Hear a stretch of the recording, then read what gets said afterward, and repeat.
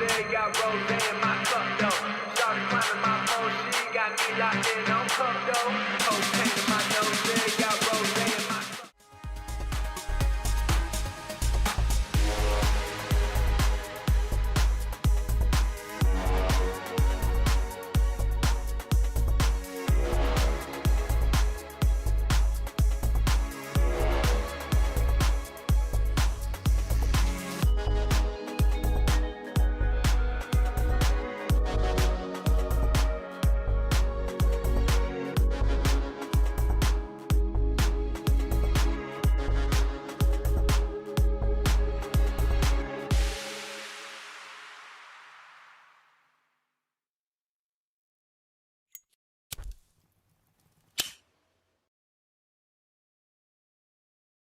Well, good evening, everybody. It's a pleasure to be back. George Morgan here at your service. It's PSGL, it's Wednesday night, it's Spain tonight as well. Lots on the table, lots of battling. The title contest is still alive and kicking. And Jack, it's only taken us 10 rounds. We're on the 11th. It's all to play for.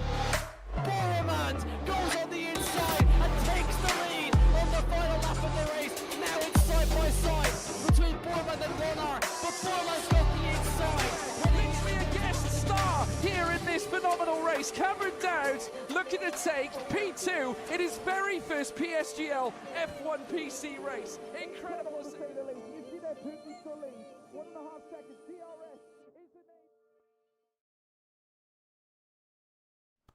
Hello, ladies and gentlemen. Welcome back to PSGL Season 34. Round 12. It's come to an end. The season end is almost upon us. We've got one last qualifying session and then 29 laps around Yas Marina circuit. I'm here with my brilliant, great host and one of my best mates, Alex. And we decided to get a little dressed up for this one because it's going to be a special one for us here because it could very well be the last F6 stream we do here. Well, yeah, we'll see what happens in the future. Of course, we'll stick together. Me and Josh, we're not going anywhere. We'll try and stick together as much as we can. Well, no, not as much as we can. We will stick together. I'm going to make sure that happens. But yeah, we dressed up, looking sharp. Both of us looking nice and sharp. Yeah. Unfortunately, Josh didn't have a blazer. No, but blazeless. You know, I think it looks quite nice blazerless personally. So you're such a sweetheart. I know. Honestly. I may take this off depending on how warm it gets. It'll get very warm because it's going to get warm. Abu Dhabi. We know what the temperature's like. There's a reason it's a night race. Looking at the chat here at a minute as well. We've got people asking for standings, and we got Barry is a dirty driver. Brother, Barry's not in this split. It's fine. Neither's Max Verstappen. So, instead of dwelling about who is in the split, let's take over to the driver standing, shall we? And we can see that 10-point gap at the top. Now, it's going to be an absolutely outrageous task for Sparky, otherwise known as Sasha Neeb in the lobby here today, to be able to try and mount some sort of comeback to really put the pressure on Napadovsky. But surely, if we've seen anything over the last couple of rounds, we know Sparky or Neeb is the driver who can absolutely get that result when he needs it. Because there's only 10 points in it. You got the little custom point system at the top, which does mean, if my maths is not correct, all Napadovsky has to do is finish 6th or higher. 6th or higher, yeah. And then the title's his. And then the title... Well, I mean, no. If he finishes 6th, I presume it's going to go down to the amount of wins, as it normally would in league racing. Which in that case, Sparky would win it. So realistically, he's got to get 5th. Yeah, so Sparky really needs to win today. Yes. With fastest lap, is that a point for fastest lap? It is a point for fastest lap. So, but he has to win. He has to win. I really hope he's been sweating his little legs off to the fullest extent. Because realistically, we've had opportunity to talk to a load of these great drivers. Obviously, we don't have just the battle at the front here. We've got battles all up and down the grid. And we've seen some brilliant overtakes from a lot of the drivers on the grid this year. And it's... wholeheartedly, I'm gonna put the camera back on us for a little second, Alex. It's been honestly one of my greatest pleasures being here in PSGL and being able to commentate alongside you and on these fantastic group of drivers. We've talked to most of them at this point, and every single one of you've all just been lovely. You've been brilliant. I couldn't have asked for a better crew to be commentating over, and I fully wish everyone the best of luck in this final race. And even if you weren't able to make it to race tonight, and you're watching over on the YouTube, or perhaps you got a little watch party in a Discord together, we're thinking of you, and thank you just for all the great racing. It's been such a pleasure, and I'm gonna get emotional, Alex. You wanna... Yeah, don't get emotional. Well, I'll carry on. Yeah, no, it's been amazing. It's been obviously the opportunity given us to commentate on this league by obviously Jess and Connor. Yeah. So thank you you two for that opportunity. Hopefully we'll get more opportunities in the future like this. We'd love to come back again. But yeah, as you said, people that have watched us and enjoyed our content, thank you for that. The people that have raced, everyone that's raced from Sanya to Lundell and all those top names. Of course, we all thought Napadovsky may run away with the title when we started commentating this series, but we're here at the final round with a possible championship decider, and of course, carrying on quickly. Yes. Abu Dhabi. Obviously, a lot of people were upset when it was moved to the final race of the season a couple of years ago, when basically they paid to have it as the final race of the year. People said it was boring, and we haven't had many title deciders around here. 2010, when Alonso couldn't get past a Russian driver. I'm so glad you mentioned 2010. Not the bombshell, which was the other one. But that I was getting onto that. I'm going to quickly divert this one away. There is still a constructors up for grabs here. Oh, wait, did Alpine not clinch it? Not quite.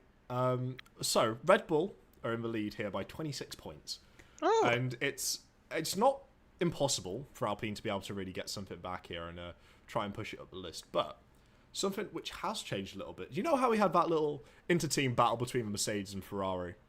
Mm-hmm. Stephen Fruhar and Daniel Gottschalk have really just pulled themselves up out of nowhere, and they've put themselves in contention to take 4th spot off Ferrari with only a point in it. So we've mentioned Sanger, and we've mentioned Adam's performances as of late. Mm-hmm. This is where they need to come through. This is where they need that Jeddah-esque performance, where we saw their initial pace in that qualifying all the way back to the start of the season around Interlagos. We need that back. We really do. Yeah, we do. And I think it's going to be interesting to see what happens this afternoon. Obviously, Abu Dhabi has a lot of changes in it as well. 2021 obviously was the first time we saw these changes on, which actually promoted really good racing. I actually prefer the changes in 2021. Yes. It's of course brilliant track now, wholeheartedly. Yeah, a brilliant track. Of course, we all know what happened that fateful day in 2021. It started with controversy and very much ended with controversy as well. But we won't mention it too much. No. Hopefully, we won't get someone like that this afternoon. But no matter what you think of that final, it'll always go down in history as one of the most crazy title ends of a Formula One season. And, particularly Crofty's commentary is one of my favourite commentaries ever. Something I've just noticed here as well. Just a slight little off topic. Watching the lobby at the minute, Napadovsky's changed his name again. Is it to take away my pain? Yes, it is to take away my pain. I feel like Napadovsky just wants to get this championship sorted, all wrapped up. But we do have the Red Bull duo. We've talked to Dustin, we've talked to Sparky. Both of them are trying to be helping each other, and more importantly, helping Sparky to really try and clinch this championship title. Because what a comeback it would have been, honestly. With the amount of domination Napadovsky seemed to have towards the start of this season, it'll be absolutely fantastic to try and...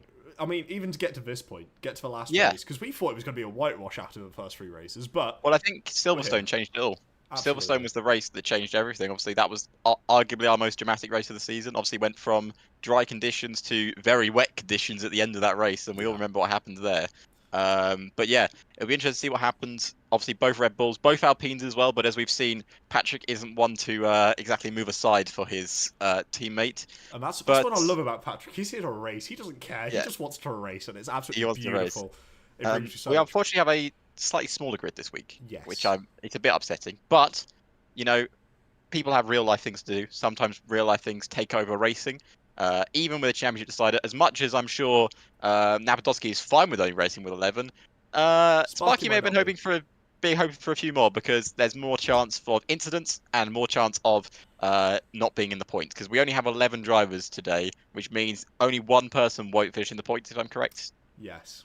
It's going to be a tough one, but we know what these drivers are all capable of at this point, and I do believe we may have just got the ready check and everyone's hopping in the lobby at the minute, so it's going to be spicy. Dare I ask for a qualifying prediction this early on? Ooh, dare you ask? Well, Abu Dhabi is one of those circuits where you're either really good at it or you're really bad at it. There's no real in between. I know which one you're on. It's not a circuit I particularly enjoy. I've never really enjoyed this circuit personally. It's just I enjoy it a lot more now than I used to. For sure. With the track that was used to be around here. But yeah, 11 drivers. I assume we're on the screen now showing the drivers are. Not Oh, actually no, we've got quite, we have a because lap to show, don't we? yeah, Alex. I believe you may or may not have done a couple laps around here, not just for one. But yeah, let's show you guys Alex's beautiful hot lap around here and really get an idea of what the pace is going to be around here. Here we go around Yas Marina Circuit. So through the final corner here, obviously daytime right now, but it'll be very much night when we get started with qualifying this afternoon. And into the first corner, you can brake kind of late because you want to shift down to fourth and then get the power on quickly. Careful not to invalidate there on the right hand side, but you can run over those curves like I've shown you there. Just absolutely flat through this section of track. 7th gear, no worries at all, up into 8th. Now the new section of circuit. Away from that horrible chicane and back on the power again. Lovely corner that. So much more enjoyable this Yas Marina circuit since the changes were made, I believe, for 2021. So heavy braking zone once again. You can overtake into this heavy braking zone, but I wouldn't recommend it, as if you come through here, as the car gets unsettled through that curb, you get a second helping of DRS. So down the back straight now into the final new section of track, the most resurfaced section. There's the flat left-hander, keep the throttle to the floor without losing the car in the middle of the corner like I've done there.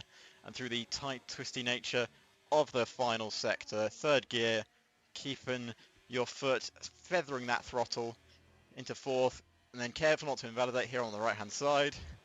Done that well through the right-hander, 7th gear, one final corner down to 3rd, and then get the power on quickly, and you cross the line. And 23.2, I'm sure the drivers will be setting a lot faster lap times in qualifying, but that is your final track guide of 42nd thousandth in the world, Alex. Is there something you want to talk about there? 42nd. Well, it was only my beginning lap, and I hadn't warmed up. That was my first lap I'd done all day. So okay. That's also a lie because I did that lap twice. But anyway, let's let's move swiftly on here. Let's move swiftly on. Nardi Perez in the Aston Martin here. Let's see what Nardi Perez can do. Taking a very wide line on the right-hand side there. Still charging the battery by the looks of it as well. Yeah, I don't think he's turned battery on. Has he backed out? No, he's not using his battery. It just might not have started. There's always a chance. But I do, as said, a purple sector 1. do believe we've got an Alpine out the pits, but it's not the Alpine we're all getting an eye on for today. They're just rolling out the pit lane at the minute. We've got Patrick here, who looks like he's going to be the first one to set a time flying lap here. Yeah. Daniel invalidated his lap. Obviously, he wasn't a fan. Ended up clipping the wall at turn 13. But, quick mention. Who else has clipped the wall at turn 13? Quite a few. And it's not only the wall you've got to worry about, Mr. Latifi. It's also the track limits there. They're absolutely outrageous. And if you go a single part of your left-hand side wheel over the paint, it'll just straight invalidate it. It's absolutely ridiculous, but it's brutal. It's brutal, but these are why these drivers are the best of the best, and we're going to see it here tonight. And fingers crossed, Patrick's going to be able to find himself in a very similar form to what he did around Mexico, which was really, really impressive. He seemed to kind of be under Napadovsky's wing for the first part of the season, but once it's got to this latter stage, he really seemed to start adapting his game and start really understanding how to drive more. Obviously, this game's life cycle, it's not that old, realistically, is it? It's, what, 4 months? 3 months? 4 months, I think so, yeah. So it came out around, June, July-ish, I believe, if I'm mistaken. Of course, we were all just begging that this game would be just better than what last year trundled out with, in terms of handling, anyway. And I think we've all been very pleasantly surprised with how well the cars feel this year. Of course, there is still problems. Arguably, the cars maybe are a bit too grippy in this year's game. But they actually handle like Formula 1 cars, and Patrick crossed the line to set a 1:20.18. So that's the provisional pole time at the moment. Daniel has retired from the session in the pits, unfortunately. Yeah. But Sparky's here. Sparky's on a lap, and he's going to be setting his lap before Napadovsky, so he'll really be able to eyeball and see what sort of sway this championship battle's going to go in, even in the qualifying segment, which I'm really looking forward to. But we had a little talk while we was playing a bit of VT on the screen for you guys. Alex's beautiful track guide. Of course. I reckon Napadovsky might be snatching pole here, to be honest with you. Well, that lap from Sparky isn't that confident. 22-0. No, it's not quite there, but with his teammate going 6 times quicker, we've just got to surely think that he's left a little bit extra on the table, and he's waiting to really be able to unleash it. But someone who doesn't seem to be waiting to unleash anything at all is Napadovsky. Obviously, with a slight name change here today, but regardless, he seems to be absolutely loving his life at the minute. He knows his championship rival, just qualified third. His teammates in P2, and we know Patrick can put up a very stern defence. So it'll be up to Napadovsky to really try and jump ahead of Sparky at this point and try and just settle himself into a race, not get in any trouble, take it a little bit comfortably, because at the end of the day, as we mentioned, he's only got to finish 5th and the championship is his. Yep, and he can't put it onto provisional pole, but he does a 21.681. 66, what is that, 66 thousandths off of Yes, our man on pole position, Dustin? Is that Dustin Vinton on pole? that is Dustin so far on pole. Yes. Provisional pole, I should say. I'll tell you what as well. Oh, this Isaacs man. as well. He's been an absolute right little gem, hasn't he, ever since he's wandered in here in F6. He's been showing in and out what he's all about. And with He's a lap out-qualified. time like that, he's out-qualified a potential championship winner here, as long as he can play his cards right and he gets dealt a good enough hand. It might be looking like a bit of a long day for Sparky here. Yeah, it could be. 4/10 off of your teammate in your first qualifying lap, and, well, pretty much 4/10 off your main championship rival as well. Again, we've got to mention that Napadovsky only needs 6th or better to win the title this year, and Sparky needs to basically needs to win. Needs to outscore by at least 10 points. Is that correct to win the title? Yes. I think that's probably accurate. So yeah, at the moment, not going to be doing that. Jesus, goodness me, Cryax. That was that's a bit of a launch there, wasn't it? I thought it was going into space with a rocket like taking that. the sausage curb exit on there at the moment. You don't want to do that too much. Your floor will get a little damaged, and then bye straight line speed. But a special someone who I dearly think we should shout out at the minute is Sanga. Now, obviously, we jest a little bit with his name, call him Sanya. We finally got there, round 11 out of 12 to get his name sorted. But Sanga, he's been a right little gem behind the scenes here at PSGL. He's the tier coordinator, and he's been setting up all the lobbies, or most of them. Every single one he's participated in, he's set up the lobby for. He's let everyone know to come join in time. He's been a right little star here in F6 here at PSGL. So, fingers crossed he's going to get a good performance, because we know what he's capable of. Sometimes he doesn't really get the rub of the green, but surely tonight's going to be the night for him. Surely, Ferrari love this circuit. They've won here in this era of Formula One. Go on, come on. He's getting the history facts out. I think they won here. Never. You'd be absolutely correct, and my Ferrari heart has burst. Once again, I was really hoping you would get something wrong, and I'd at least be able to pretend like they've won something, but not quite. They've never won at this circuit before. No. Not in the turbo hybrid era. They've never beaten, but not since Abu Dhabi came on the calendar. Okay, but yeah, we get so- it. We get it. so- We're going for a bit of a problem. But also 12. It only took us 12 rounds to properly pronounce Sanya's name. Sanya or Sanga. Sanga? There we go. Sanga. He's got it. Yeah, it only took us 12 rounds to get your name right, Sanga. But Exactly. But here in the Mercedes Lundell, a team that has done very well around here in the turbo hybrid era, won every race since the turbo hybrid era began, except the years 2020 and 2021. Well, And 2022, of course. we know who won that. Yes. Yes. Valtteri Bottas in the Red Bull. That's an interesting statement to make, Alex. Not sure I can quite believe that one. But No, Max won them. yeah, well, I would have never guessed Sherlock. Brilliant. No. But Lundell here, he's obviously aborted the lap. That's why his little red light's flashing. When the red light flashes, they're still saving up a little bit of VRS. So maybe he's going for 2 installation laps, which would be probably the best around here. Yeah, Purely- it takes purely on the a lot of time basis to warm up tyres. that around here you've got such long straights where your brakes are getting freezing, and then you've got such hard braking zones. Like ever since they've changed this track, it's just turned more and more into like the Gilles Villeneuve circuit, a bit more of a breaker, and it does eventually get to your brakes. And if you're not able to get them warmed up in time, it could lead to a bit of pain. But Sanga's just crossed the line. 6th place, just behind Sparky. It's looking interesting. I'm really looking forward to that little battle going on there. But we should also mention Lundell. He's been probably one of the star-studded drivers here for this season at PSGL. For me, Lundell's been great. At least, he's been absolutely brilliant. He's put on moves where he probably shouldn't have been able to make moves, but he's still done it. And it's absolutely brilliant to watch a driver really race with confidence. And I feel like that's what Lundell brings to the table here in F6.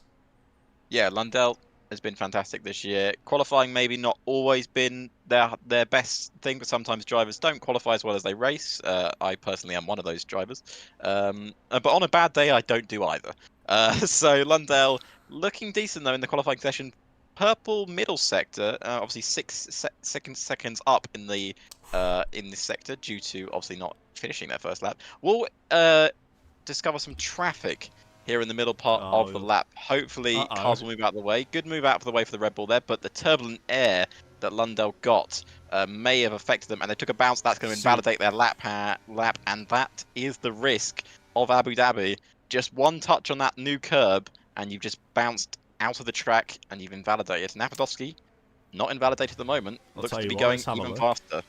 He went over that curb so smoothly. That was outrageous. It's like a Tyson just had a little fresh shave. That's absolutely beautiful. But Napadovsky's got to be coming around the final corner here to come across the line. And do we expect anything else from Nap at this point? Not by a lot, though. Not by a lot, but we know Napadovsky is more... He's more like me. He leads more into the qualifying. Nothing to take away from his race pace, but his qualifying performances this year have been absolutely stellar. He's been able to pull laps out of nowhere. He's been able to make them stick, and it's absolutely brilliant. But I do believe Sparky's teammate over here, Dustin, seems to also be on a lap. Yes, and it looks like he's got the pace around here today. He does, and he's going to need to, because, of course, if his teammate Sparky can't... Well, basically, if Sparky can't out-qualify Napadovsky, at least Dustin needs to be able to hold him up. Of course, the most famous example of holding up was the 2010 final, where Fernando Alonso was held up by... What's his name? The Renault driver. Petrov. Petrov, of course. Couldn't get past Petrov, which basically ended any chance of Fernando Alonso winning the 2010 World Championship. But of course, he's invalidated. Invalidated there. That's very, very unfortunate. I'll tell you what. Who else is on the lap at the minute? We got Nardi Perez, who's also on a lap. Also, Sparky's on a lap. I didn't see that, but you know what our commentator curses are. Oh, purple. Like, purple sector 2. Never mind. Oh, no, Sparky, don't say anything. We've got you. Please just don't bin it. Because otherwise, me and Alex are never going to forgive ourselves. But that's right. Okay. Less of this. Stop trying to cast a curse at a championship. I'm fine with 1 or 2 races here or there, but entire championships are no-go, and that was very, very close to track limits there by Sparky, and he's going to be coming around penultimate corner, and now the final corner is such quick succession, and to be looking to come across the line, and he's popped himself P3. That's a very good lap. We know that Dustin is more than willing to help Sparky win this title. They've discussed it before. We've discussed it here personally within our comms box in the after-race interviews. So perhaps there could be another famous example from around this track of one Red Bull driver holding up another, a certain Minister of Defence. But feel like it'll need to be more of a Ministry of Offence here. I feel the Ministry of Defence title is given to him because of one opportunity where Hamilton just refused to actually pass him properly. It's one of those things where Hamilton should have just waited for the second DRS straight to overtake him and not sent it down the inside, and they got resent up the inside. Alex, there's a reason we're not engineers and there's a reason we're not F1 drivers. It's because we don't know. I'm sure Hamilton had a plan in his head, but I'm very sure in this case, Napadovsky, Sparky, and Dustin, all in this top 3, all have a plan. And you never know. Napadovsky might have had a little work with Patrick and be like, "Hey, listen, bud. You know how you held me up a couple times? Or I need a favour now." Need a favour? Forget your brakes in the turn 1. No, we're not in F6, we're not encouraging that behaviour. No, we're not encouraging anything of the sort. Oh, that's a stupid invalidation. I hate that in this game. So if you cross the pit lane line when you're technically meant to be on a lap, the game thinks you've invalidated. So it should be. It's against the rules here at PSGL. It's against the rules in the game. Yeah, but it gives you the double invalidation. It gives you invalidated for this lap and the next one. Sorry, I've just noticed. Is that Carlos Sainz in our lobby? Yeah, he's there. He's watching. He's with Sanga. But we are 3 minutes left in the session, and the man in second place in the in the race or in the qualifying is going for his final flying And lap also of the year. in the world title as well. To give you a friendly reminder, we have currently in P1 Napadowski, Take Away My Pain, and the second place driver currently in the standings with only a 10-point deficit, currently sitting in P3, and this is his teammate Dustin. Yes. So, I was surprised they didn't do the slipstream effect, Red Bull. you would have thought they've worked really, really well on other tracks here before. Unless Maybe that's why it's come out early. Yeah, perhaps. Because there's 2 minutes 20 on the clock. There's still enough time to finish this lap at a maybe moderate, reasonable pace. But you never know. But we also have Danico, who's on a lap right behind. We've got the likes of Nardi Perez also behind. We just jumped past Cryix and the Alpine there of Napadowski, I believe. Not quite Napadowski. Napadowski was back behind them. Yes. I wish they had driving numbers on the minimap, but that's just a personal pet peeve. And then behind them, we've got the class of Nowicki, Lundell, and dare I say, that's the other Red Bull now. Yes, that is, of course, our man second in the championship. It is Sparky. Dustin is getting closer to beginning what will be his final lap. I'll tell you what, of Alex, the season. I can see you're craving for me to ask you for one final time this season. Yep. Do you want to jump on board?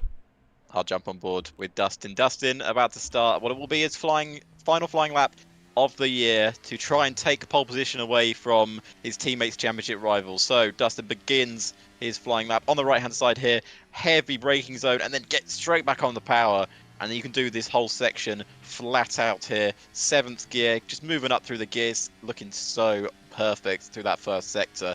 Don't want to let off the throttle until the braking zone. You can brake later into this uphill section and then swing it round to the left-hand side using all of the track there on the right. DRS wide open as we head down the main straight up into 8th gear. Just so much power in these Formula 1 cars these days. Now into a very heavy braking zone. Again, using all the track here on the right-hand side. Making it into the corner, looking very good. The curb on the right-hand side unsettles you. You can ride the curb on the left-hand side. DRS wide open.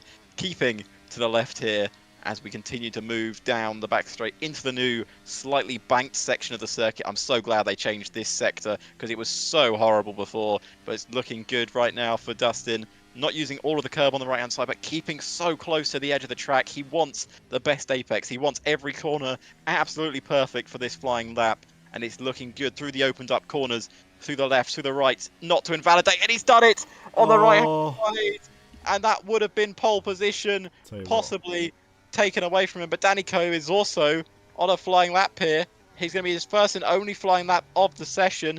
Coming around the final corner now. Where can he put this McLaren? Can he put it up into the mix? No, he invalidates on the left-hand side. That's him done. Is invalidated as well. Invalidated. Let's have a look. Patrick's here.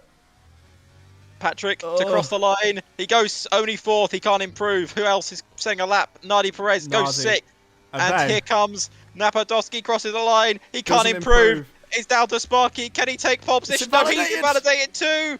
And it would have been pole. It would have. It was 21-4. It would have been told Nowaki's invalidated too.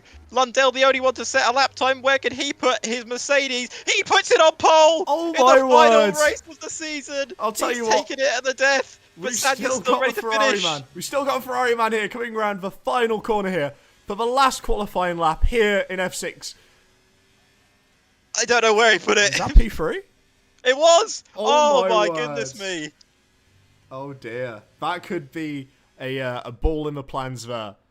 Red Bulls are kind of being shut out there. But Lundell with the surprise lap getting himself. What a lap. Oh, it's a rapid lap as well. 5.54. That's Look at outrageous. The gaps. I know. 3/10 separate the top 8, 7/10 separate the top 9. And I tell you something. I know where Lundell found that 4,000th of a difference to get the pole position lap time. I know where. You should all know it by now, guys. So I'm not even going to say it.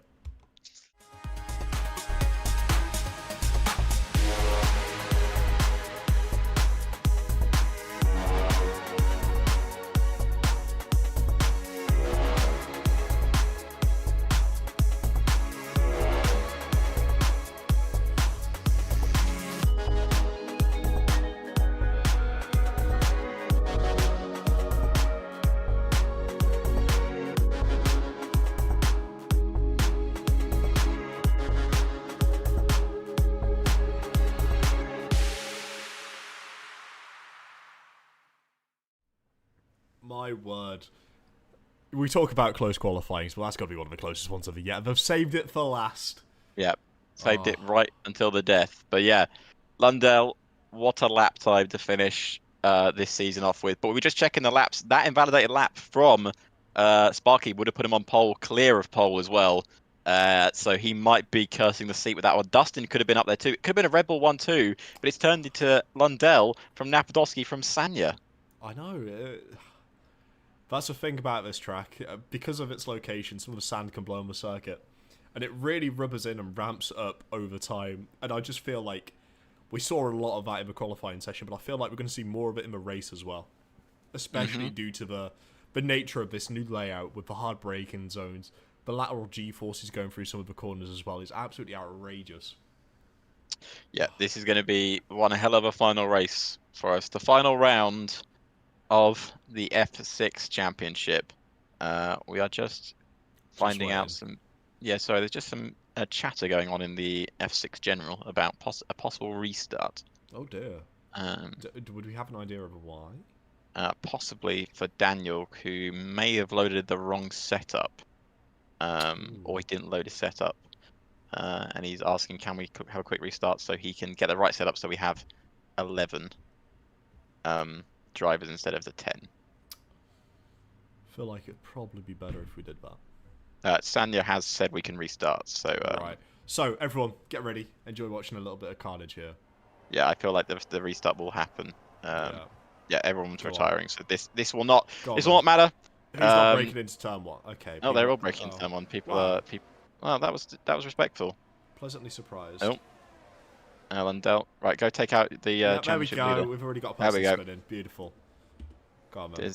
Oh, well, there we go. Love a little bit of these crashes. Doesn't mean anything. Oh, wow, okay. Got some violent crashes out here. Someone better tell Danny you can just retire from the session. That reminded me, that crash right there just had to remind me. Do you remember when it was 2010, I think, where Michael Schumacher and a Force India, I can't remember exactly the Force India, I think it was Soutel. Soutel almost decapitating Michael Schumacher in a Formula One car after basically what happened. So Michael got spun by Nico Rosberg. I don't know if you know, Nico Rosberg is the 2016 world champion. He beat Lewis Hamilton in equal machinery. I heard he was the 2016 world drivers champion. They don't beat Lewis Hamilton in equal machinery. He doesn't mention it at all.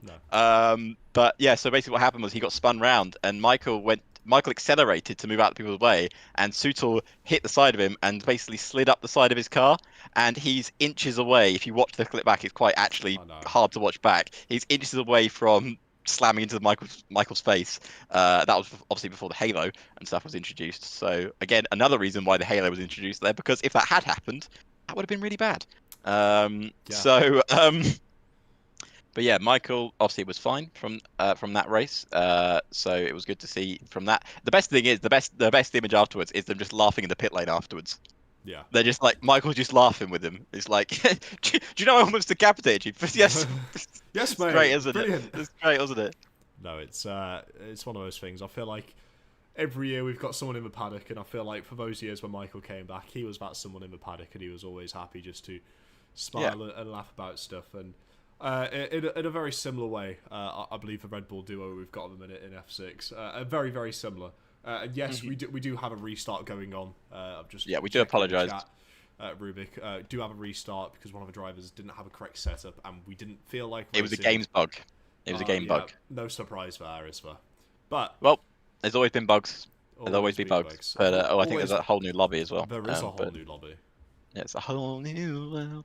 It's fine. I didn't sing that well enough. We got so far throughout the season without getting a copyright strike, and you just had to sing a. I didn't sing it well enough. It's fine. They're gonna come get you. It's me. I'm giving you over to Connor. Yeah, I'm giving you over to Connor. I'm not specifically coming from me. Yes. But we'll have a quick lobby restart. It's not an F6 race unless we have a lobby restart. Let's be honest. No. It's more homely that way.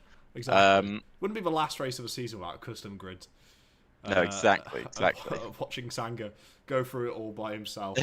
Luckily, there's only 11 cars, so he doesn't have to worry about too many. But I'm also so happy. We obviously haven't mentioned it, but you've already seen it. We are back to normal F1 cars because, of course, EA finally fixed the bug. Only took them 2 weeks to fix. They they did say that they weren't sure what caused the problem, which is concerning, but which is concerning. But apparently, they've managed to fix whatever the problem was.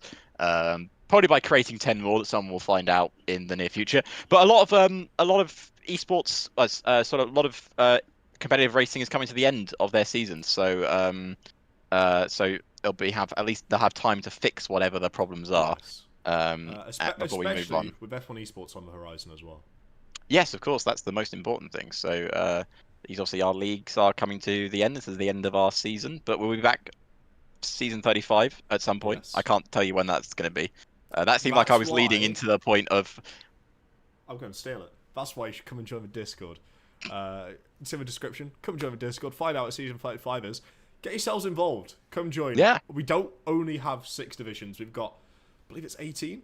I want to say. I think so. Yeah. I want to say it's 18 divisions here at PC. But with 6 a is only variety streamed. of skill levels. We've only 6 streamed. Or if you feel like trying to take on our job and coming and being a commentator, fill in an application. Send it into Jess in the Discord. She's lovely, absolutely brilliant. And try and get yourself on one of the teams here, because everyone behind the scenes is just as lovely as people on camera.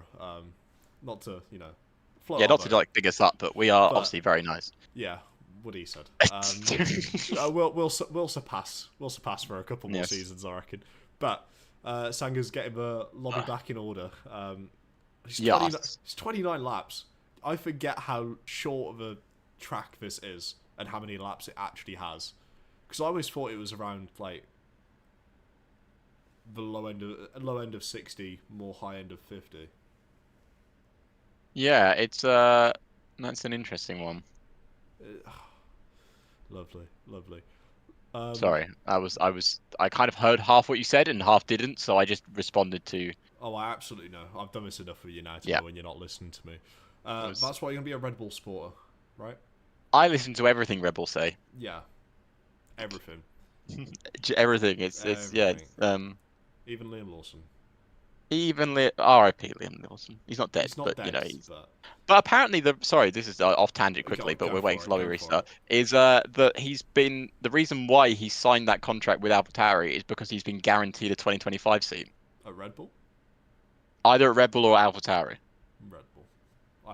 I hope for I his reckon sake. that's maybe he's the replacement of Mr. Perez, not Nadia Perez. He's in the game, but But if he does Right. want to come replace Nardi Perez, he can come give it a go, because I don't feel like he'll be as quick as these drivers here, because something we don't mention, these are from 120 to 140 of the quickest drivers yeah, who try and get into PSGL. And I faster don't- than me. Well, that's not hard, is it? I'm faster than you. But I don't feel like it gets talked enough. Yeah, without context, Alex is a lot quicker than me on the game. I stopped. My heyday was a while ago. Back in 2018 and 2019. That was I was peak. I was at the fast. I've really got. It was weird because 2020. I was really fast 2021. Then 2022 came out, and I had to change my entire driving style for 2022 because they messed up the cars in the game, so Doesn't it? the cars didn't feel well enough. But at the end of that, I was probably the fastest I've been, and then I got fast in 23 because I turned off ABS locking, so I Nice. can now lock up the tires, and that's Also- actually really important in this year's game. Yeah, also going to have to put out a quick note as well. If you are one of those who was like Alex from back in the day, who does race with assists, we do also have assist lobbies here Yes. at PSGL. It's inclusive that way. We're all part of a big community of sim racing. Everyone talks every sort of racing, whether it's NASCAR, F1, Formula E, Formula 2, Formula 3, Formula Regionals. Everyone talks everything. Formula Blue. Formula. Right, just because Red Bull wins so many races doesn't mean you get to call it Formula Blue, right? It'd be Formula Bull. It does feel like it sometimes, but It does, but Science made sure it wasn't Formula Bull I know. I'm so happy. with a win. I'm- He will always be remembered for that Singapore win. But unfortunately, what he's done is made Max Verstappen even more hungry to win every race the rest of the season. Yeah, So don't need to remind He- me. yeah, but anyway, Yes, it's race time, it is. ladies and gentlemen. Everyone will be putting their setups back on, and then I'll give us the best lights out, and away we go You bet. of the season. I will. I always do a good one, but it's the final race of the season, like Crofty does when he gets really excited. Well, do you know how Crofty gets the air in his lungs to be able to get a really good, and it's lights out and away we go? Well, if you're going to play an ad, I am. It's on the right hand side of the screen. Upgrading your cockpit. Discover GT Omega. We've obviously got a discount code as well, but I'm going to make you guys discover that one in the description of the stream. You guys are going to have to scroll down a little bit and have a little wander out. But no, brilliant made shares, and obviously sponsor here at PSGL. Sponsor streams make it possible for everyone to be able to race and participate here, and it's just a joy having them on board. Lovely company, lovely people behind the brand as well. They're great. Yeah, honestly, wholeheartedly. But if they also want to send us one, because I'd happily sit in one, because they're amazing. Yeah, well, I mean, they'll put you to sleep, so I don't want you to sit in one because I'll be casting by myself here. But yeah, no one wants that. But there we go. All the teams are ready. We are ready for the final race of the season. It's 5 lights.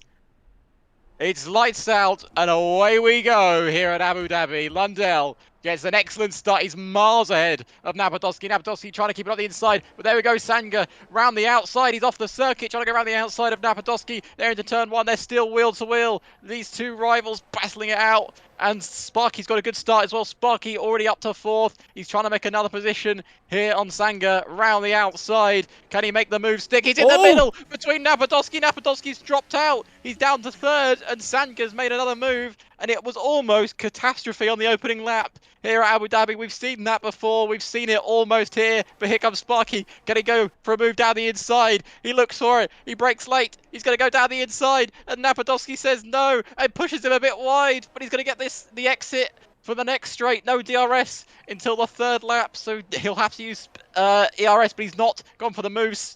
On the other hand, Sanga is going for the move of the race lead. He goes around the outside.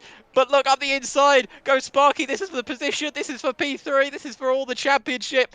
And he's still wheel to wheel with the Alpine driver. Not right the outside in Sector 2. No way, Oh, Sparky. you can't do it. Sparky! He's off the circuit. No, he's off the circuit. And Napadovsky back up into 3rd. I'll tell you These what as two, well. wheel to wheel. We missed it right at the start there, but the first thing Dustin did going into turn 1 was lift off and hold up Cryx so badly. I'm surprised he's still within half a second of Sparky in front of him. Deliberately let Sparky go through. Exactly what we mentioned, with a little bit of team play there, trying to help him out in whichever way possible. So... we almost saw a 2021 into that corner. I thought he was going to dive up the inside. He really gave it a go, but Sparky's not done. Oh dear. Sanga is going for the lead of the race. Up the inside. We've seen moves down here before. Can he make it now past the Mercedes of Lundell? This is for the race lead. It's not for any championship, but Ferrari and Mercedes have been battling it out for the constructors, as we mentioned at the top of the broadcast. But here, down the main straight, who's got the most straight line speed? And it looks like at the moment it's the Ferrari of Sanga who dives up the inside. They're still wheel to wheel though. Neither one giving an inch here. Around the outside goes Sanga. Has he got the exit? He does, but Napadovsky looks to be making the move too. And Napadovsky's up into 2nd. And it's going to be almost 4 wide into the corner. Napadovsky looking for the race lead as well. Sparky's up the inside. He was so far back when he made that move. They're 3 wide through the new corner. yes. Surely. And finally, Sparky's done it, but no, he hasn't. Napadovsky keeping up the inside. Napadovsky refuses to give him. Oh, the background there. Who was that? I think it was Dustin. He was sideways through that corner.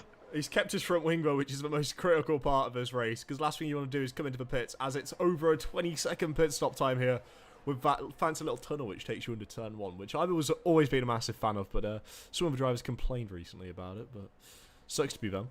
Yeah, sucks to be a Formula 1 driver, eh? Honestly.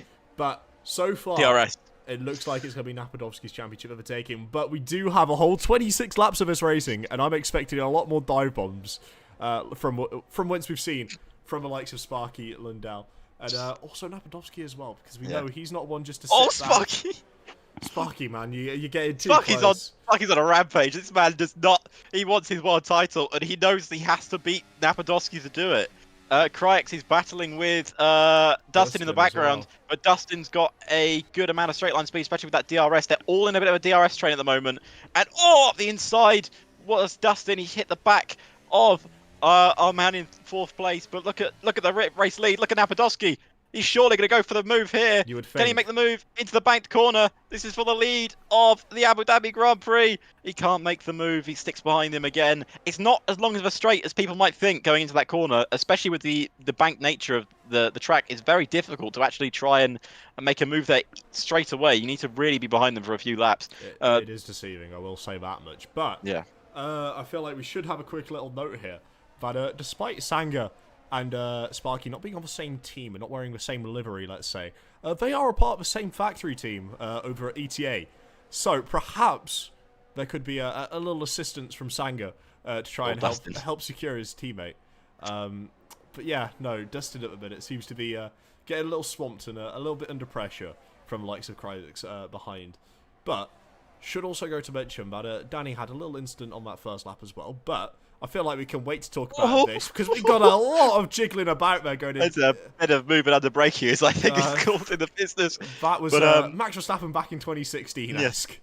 But it's opened the door for our man in third place. It's Sparky. But look at the straight line speed of Napadovsky. The DRS overtake has been made. But surely that's not the place you want to do it. We've seen this all before because you get one helping of DRS. But if you've made the move, you get the other from the man behind. And it'll be the man behind Sparky and Sanya getting the DRS to try and make the move back on Napadovsky. And he'll try and go around the outside, go all the way around the outside. He's made it back up into the lead of the race. We're swapping positions every lap. Sparky's made a bit of an error there. He's lost a few tenths of a second. But look, these are the top 5. Look how good they've been this year. Crikes is hanging on. So is Patrick. But yeah, it's kind of at the moment, it's Napadovsky. It looks like a 2-on-1 Napadovsky, but actually it's more of a 4-on-1 because there's so many cars behind that won that position. I wonder how many of them have warnings at the moment. It'd be quite a few, I would imagine. I would love to be able to give a little insight into that, but unfortunately we can't at the minute. And as you mentioned, it's happened all before, but this time it's not the 3 lines on the shirts, it's the 2 balls on the car. Look how close he is! It's outrageous, honestly. You can literally see him pushing the gearbox of Sanya all the way through there. And it wouldn't surprise me if Sanya's going to be trying to make a move down into here instead this time. Moving under brake. Don't do it again. No, he's decided to try and get a better exit, to try and get this move solidified before the corner break. And maybe someone needs to play a little bit of DRS chicken for the next straight. But don't want to advocate that because knowing my luck, Napadovsky would lift off a little bit and then Sparky would end up absolutely sending a absolute Hail Mary down the inside, going into the... There's a couple of Hail Marys going behind as well. Patrick's made a move on Cryex. They're going wheel to wheel. But Napadovsky's plan has not worked there. He's really dropped back more than he would have thought because Sparky tried to move up the inside. Look how close this field is at the moment. This is ridiculous. They've all pulled out the stops for this final race.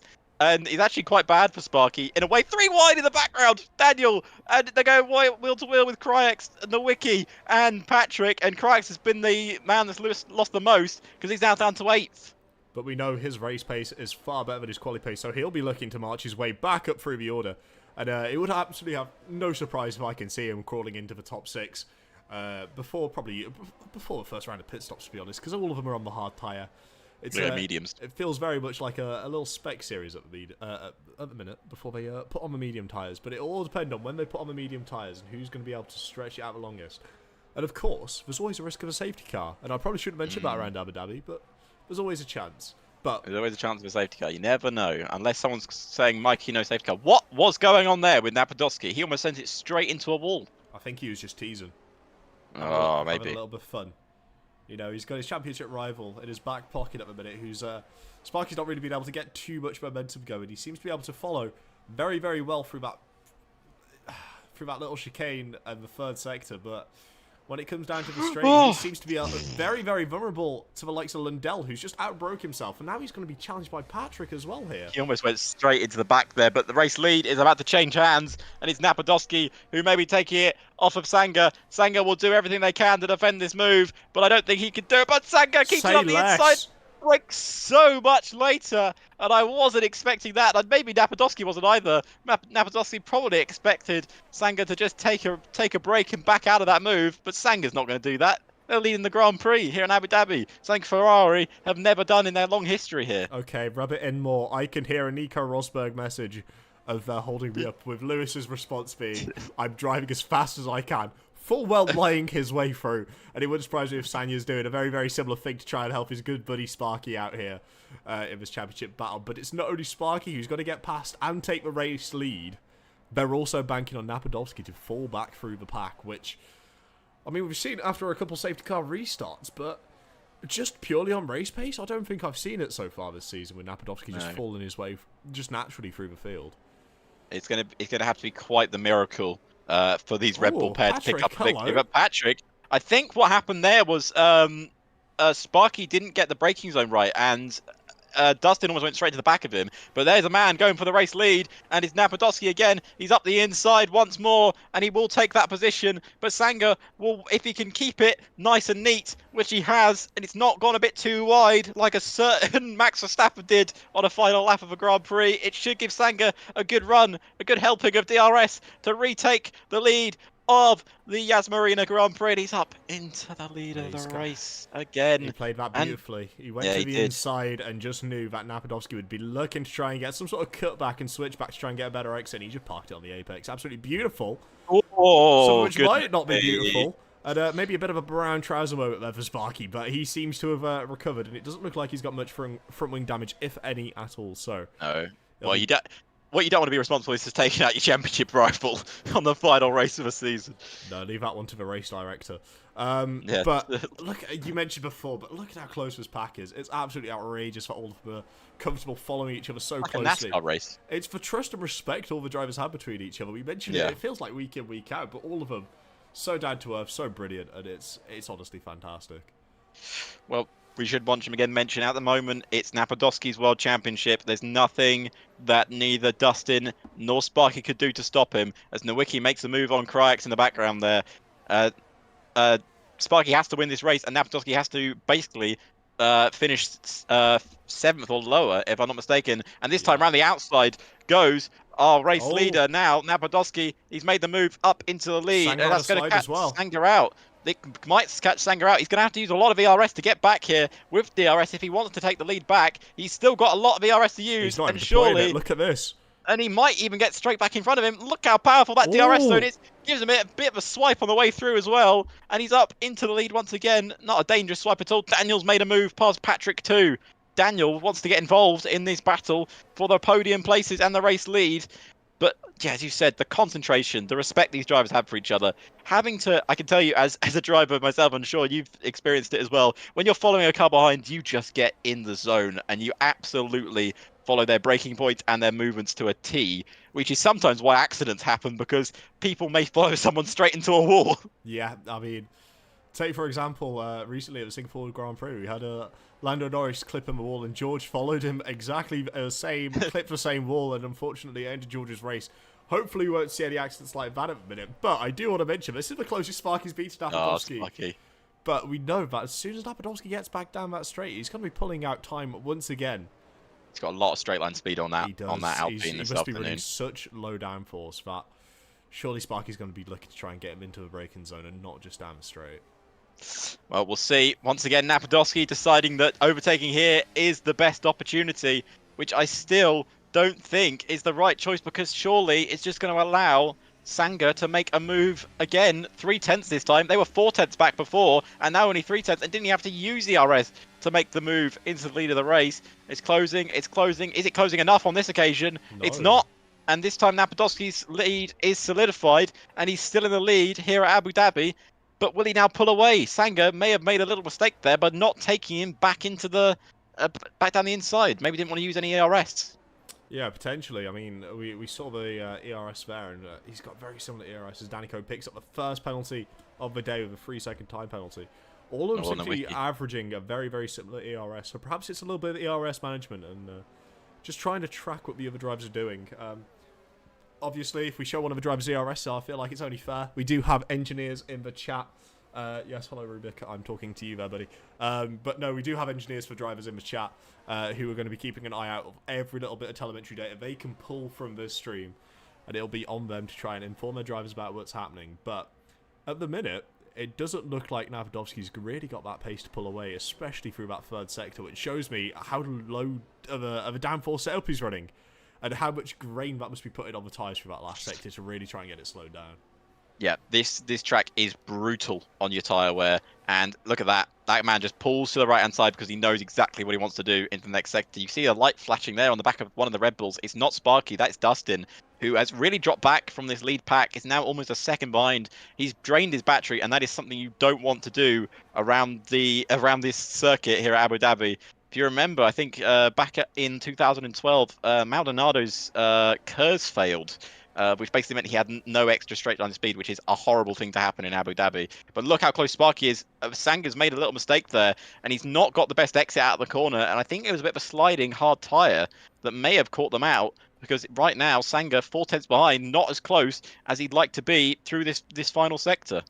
Yeah, but we know Sparky and Sanga seem to be running a higher wing number, and also perhaps a lower body height as well for the car, which will give them more grip, and the ground effects will really take into consideration, especially for that third sector, where it's a little bit slower speed compared to these fast left and right handers through sector 1, where the wings don't play as much as the downforce does, coming from the ground effects. So it'll be very interesting to see Sanya's philosophy for this race, because we know he's in the lead, he's got the pace, and he can definitely dictate the tempo at the top. But at the minute, he seems to be very, very, very happy to sit behind Napadovsky and just follow Napadovsky through as he pulls out nice and early. He's turned DRS off. And he's even turning the DRS off. He knows what he's doing. This is a driver that has, again, such a mind for Formula One. He knows exactly what games Napadovsky is trying to play. Very much the Fernando Alonso of our F6 here. But look how close Sparky is on this occasion, and the slipstream you're going to get, double slipstream, could be an opportunity for both of them to make a move, but they stick behind him. They're not making the move on Napadovsky, and I wonder, maybe a bit of team play going on, but surely they want to get this move done. They need to get back in front of him. He can't win the title from there. I mean, perhaps, or they could be just trying to harvest a little bit more ERS in comparison and letting Napadovsky burn it and just scare him enough to try and get him to burn a little bit of that ERS. And as soon as Napadovsky doesn't want to burn the ERS and stops deploying it, it wouldn't surprise me if Sanga tries for a pass and Sparky to follow him through, and just playing a little bit of cowardice with him. Oh, really Dustin's gone wide. Something sorted, but we mentioned it before. Dustin fell off the pack a little bit. He was 1.6 seconds back from his teammate at one point. He caught back up. He burnt all his ERS, but he doesn't seem invincible here today. He had absolute rapid pace in the start of the qualifying, so we know he's got the pace to be up here with the front four, but he does keep making these little mistakes here and there, which seems to be costing, and it would be the tyre wear, as you mentioned so much before. Introduced me to the graining phases of the tyres, so perhaps we're seeing the hard tyre going through the graining phase in that middle pack, where they've got a little bit more of the hotter air coming from the turbulence of the fellow cars in front, compared to the likes of Napadovsky, Sanga, and Sparky. Yeah, it's going to be interesting to see what he does here. Surely now Sanga's got to try and retake the lead of the Grand Prix. DRS is enabled, and surely now pulls to the outside. Going to go around the outside of Napadovsky. Napadovsky can brake early if he wants to, but he chooses not to on this occasion. Will it give Sparky an opportunity to try and take them in the middle sector? We've seen how fast Napadovsky pulls away in this part of the sector. Sparky's tried it around the outside, twice on the opening lap? On the opening lap and the second lap, but didn't make it work either time. Thought we achieved it on the opening lap, but just ran a bit wide. Nothing real malice about it at all. Just tricky. The question is now, if you're, got 11 cars on the track, and the moment everyone in this lead pack is very close. We got pits. I was going to mention who's going to call the undercut attempt here, and it looks like Dustin is going to call the undercut attempt, Patrick's going to call the undercut attempt, and Nadi Perez, no he doesn't, so it's just Patrick and Dustin who have decided that the undercut is what they're going to do, surely to try and get in front of Sanga and Napadovsky. I feel if you are Sparky at this point, you're just going to have to pull the trigger this lap and hope that Sanga is going to be an absolute babe and just hold Napadovsky up a little bit. So you can get the undercut, you can try and get the track position, and if Sanga does a good enough job of just holding up Napadovsky just a little bit, whether it's through fighting like this as we're watching now, where both of them will just lose a little bit of time, and it's the second time Sanga's gone a little bit too far right on that curb and end up having a little bit of a tyre issue. But I'm sure it's it going to won't cost be the them. I don't know if they're going to get back in front there. The slipstream is so powerful around here. Well, I don't think it's going to be enough to pull back in front of Napadovsky. No, it won't. They're going to stick behind them again. So Napadovsky solidifies his lead once again. As you said, is it the opportunity that Sparky needs to pull the trigger this lap and get those hard tyres off and get those set of mediums on? It may cost you later in the race. Sanga's made a mistake, and it's going to allow Sparky to go around the outside, and Sanga's tyres are clearly off, and Sparky now into second. That's a big change there in the race. Big mistake from Sanga. Will it change anything in terms of pit stops? No one's pitting inside our top three. They all carry on, because Sparky now is going to have a run at our current leading world champion, and at the moment will be world champion when the checker flag drops. Yes, this could change the entire tempo of the race now that Sanger has gone out of the question. If Sparky doesn't feel comfortable in his own ability to really try and close the pace down to Napadovsky, for whatever reason, as Kryzik also comes in the pits this lap, it might be time for the undercut. I don't want to sound like a broken record, but we know how powerful the undercut is around this circuit and around this track as a whole. It's absolutely fantastic. It was before they made the changes to the circuit. It's even better now. You're just going to have to take the word for it. And let alone on this year's game with the undercut just being, a league of its own. If you're not getting the undercut, you're not doing strategy right. It's very stupid, the undercut this year. It's why two stops are working so much better this year, because of how quickly you can gain time. But here we go, down for the move, for the lead of the race. Could be a big change in the championship battle. Sparky looks to go around the outside of Napadovsky, and he has finally made the move, but he's got a bit too deep, and it might allow Napadovsky still up the inside. He's got the inside, though. But surely gives a little push to Napadovsky, and Napadovsky will finally have to concede, and he falls down to second place. Sparky into the lead of the Abu Dhabi Grand Prix. That's where he needs to be, but Napadovsky is not where he needs to be. He needs to be below 7th place. He needs to be down with Nadi Perez, and at the moment he's nowhere near that. Into the pits comes Lundell. Was that Lundell diving into the pits quite late there? It looked like it was. Yeah, it was. It absolutely was. Now, if you're Sparky, what sort of tactical games do you play? Do you play any at all? Do you just push, or do you really try and hold Napadovsky up and ensure your teammate Patrick and Kryix all get the overcut on him? He's got to lose positions. He's got to lose positions. Exactly. He can't, at the moment, he can't win the title there. Patrick and Dustin setting fastest laps of the race. Be interested to see where they come out in terms of Lundell. Lundell's just come through the underneath section of the circuit, and it looks like Dustin is already clear. Kryix also clear as well, and he undercut a lap later, proving, again, our point of how powerful the undercut is around circuits. Well, as any circuits, really. But yeah, at the moment, still, Sparky is in the lead of the race. Will be scoring 25 points.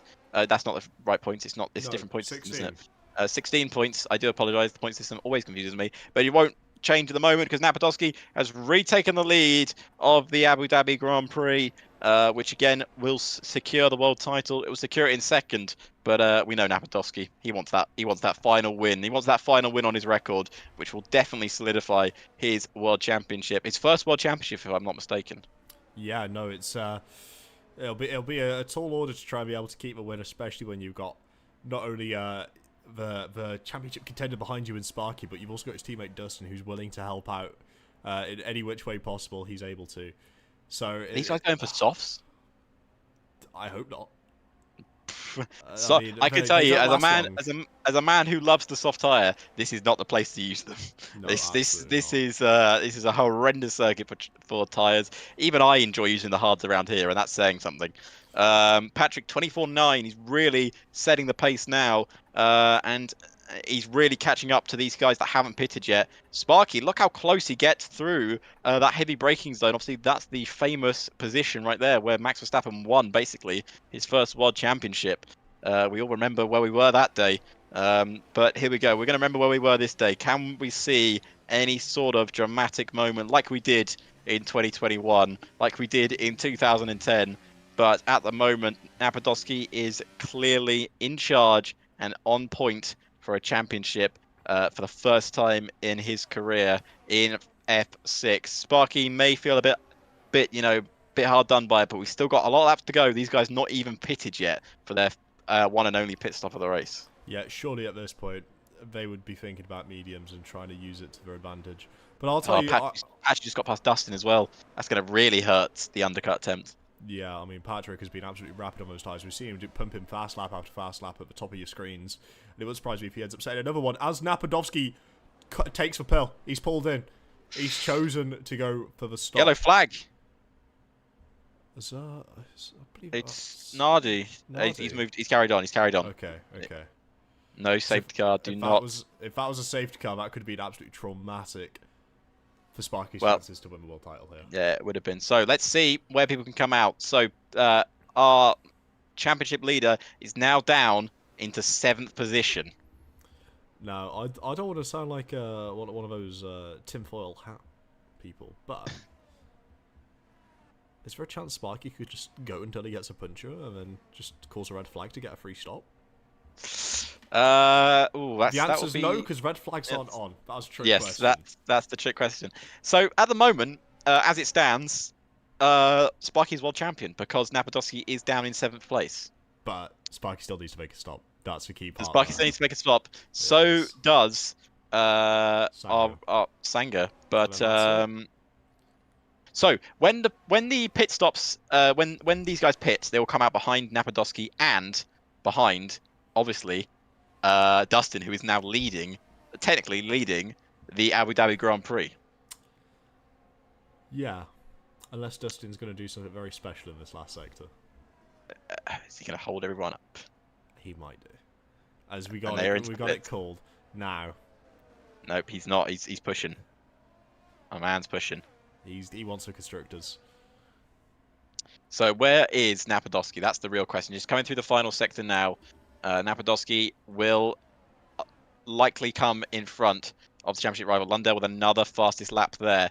So Sparky is just coming through the under section now. We'll have control of his car very shortly, but it will be Napadowski coming out in front of Sparky. Not only Napadowski, but Nowicki and a few other drivers. They're coming through the sector. Will he get in front of Nowicki? Actually, they're still wheel to wheel. He almost gets pushed wide, and we've seen a moment very similar in a couple of years ago where I think, was it Fernando Alonso got pushed wide there once, I think, if I'm not mistaken, or it was definitely a Ferrari. Yes. But here we go. He needs to get this move done ASAP if he wants any chance of a world championship, and he's pulled in front of the man called Nowicki. But look at Sanger. Sanger's also made the move, and Sanger's now up into 7th. That is not what he would need at the moment. But can I just say, Daniel is holding onto the back of Napadowski. Napadowski, has he lost time?